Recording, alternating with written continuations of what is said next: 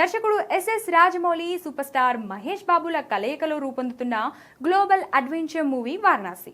ప్రపంచ వ్యాప్తంగా ఈ సినిమాపై ఉన్న అంచనాలు అన్నీ ఇన్ని కావు. ఇంకా షూటింగ్ కూడా పూర్తి కాకముందే ఇండియన్ సినిమా బాక్స్ ఆఫీస్ సరికొత్త రికార్డులు క్రియేట్ చేస్తుంది వారణాసి. భారతీయ సినిమాలకు ఓవర్సీస్ లో మంచి మార్కెట్ ఉంటుంది, కానీ వారణాసి విషయంలో మాత్రం మామూలుగా లేదని చెప్పాలి. తాజాగా అందుతున్న సమాచారం ప్రకారం ప్రముఖ అంతర్జాతీయ పంపిణీ సంస్థ ఫోర్స్ ఫిలిమ్స్ ఈ సినిమా ఓవర్సీస్ హక్కుల కోసం ఏకంగా 160 కోట్ల భారీ ఆఫర్ ను మేకర్స్ ముందు ఉంచినట్లు సమాచారం.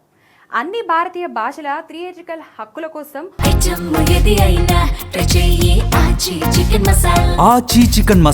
ఒక సినిమాకు ఈ స్థాయిలో ఆఫర్ రావడం భారతీయ చిత్ర పరిశ్రమ చరిత్రలోనే ఇది మొదటిసారి.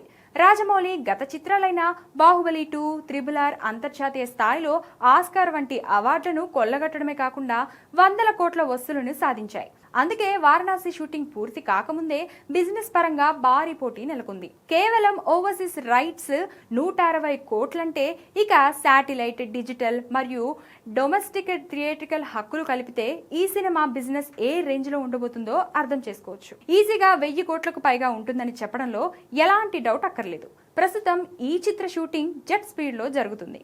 రాజమౌళి తన విజన్ హాలీవుడ్ ప్రమాణాలకు ఏ మాత్రం తగ్గకుండా తీర్చిదిద్దుతున్నారు. మరి వారణాసి ఎలాంటి వండర్స్ క్రియేట్ చేస్తుందో చూడాలి.